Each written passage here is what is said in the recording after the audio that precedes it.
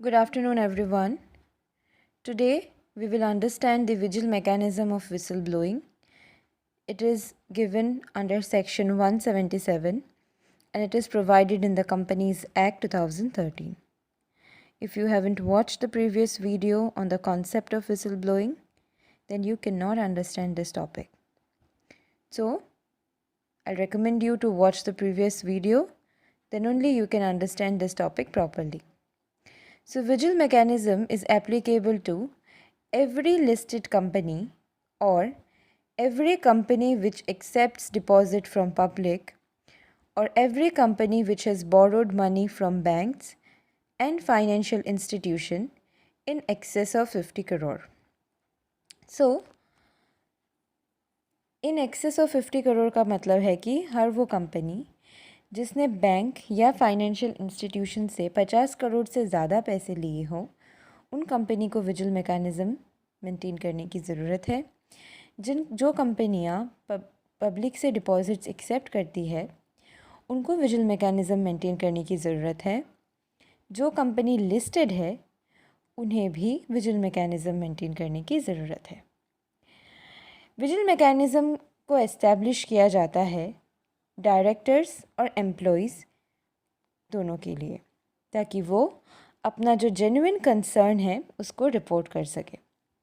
For example, this is an employ.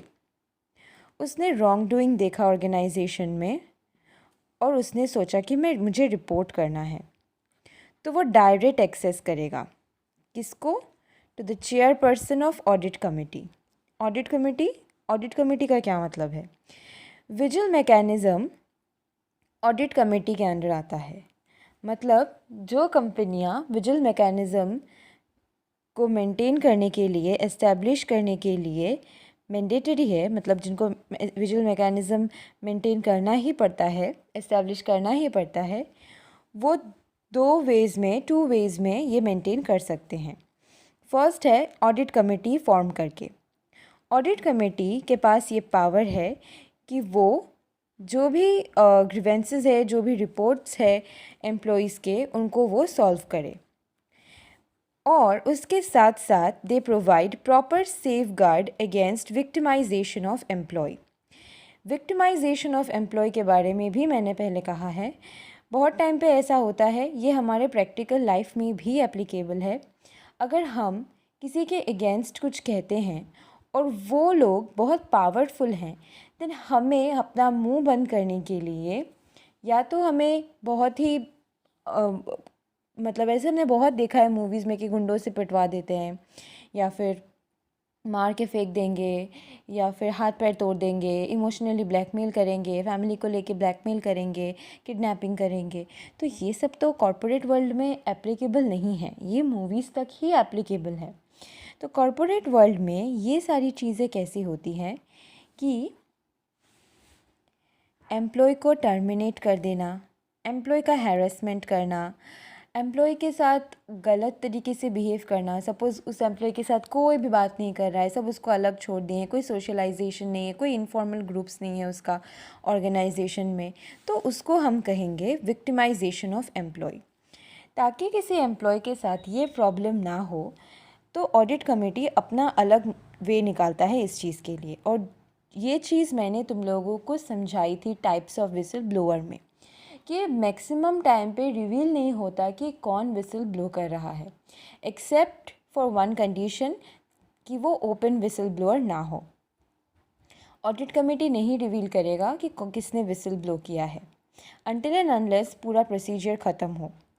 जो भी details है विजिल मैकेनिज़्म को रिलेटेड, कि मतलब कहाँ कौन सी कमेटी फॉर्म है, कौन कौन इसके अंडर है, ऑडिट कमेटी के अंडर कौन कौन है, ये सारी इन्फॉर्मेशंस कंपनी के वेबसाइट में अवेलेबल होना मैंडेटरी है। अननेसेसरीली कोई भी किसी एम्प्लॉय के ऊपर हैरेसमेंट, टर्मिनेट उसको नहीं कर सकता। ये देखने का रिस्पॉन्सिबिलिटी है ऑडिट कमेटी का। सेकेंड टाइप है, देखो, अगर कोई कंपनी ऑडिट कमेटी ना बनाए तो उनका विजिल मैकेनिज़्म कौन करेगा? ये काम करेगा एक डायरेक्टर, जिसको अपॉइंट करेंगे बोर्ड ऑफ डायरेक्टर्स, और ये रोल प्ले करेगा ऑडिट कमेटी का। सेम चीज़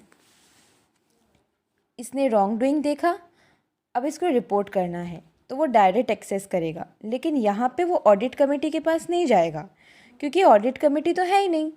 वो जाएगा डायरेक्टर के पास, वो डायरेक्टर जिनको बोर्ड ऑफ डायरेक्टर्स ने अपॉइंट किया है विजिल मैकेनिज़्म को हैंडल करने के लिए। बहुत टाइम पे विजिल मैकेनिज़्म का फ़ायदा उठाया जाता है। कैसे फ़ायदा उठाया जाता है देखो। In case of repeated frivolous complaints being filed by a director or an employee, the audit committee or the director nominated to play the role of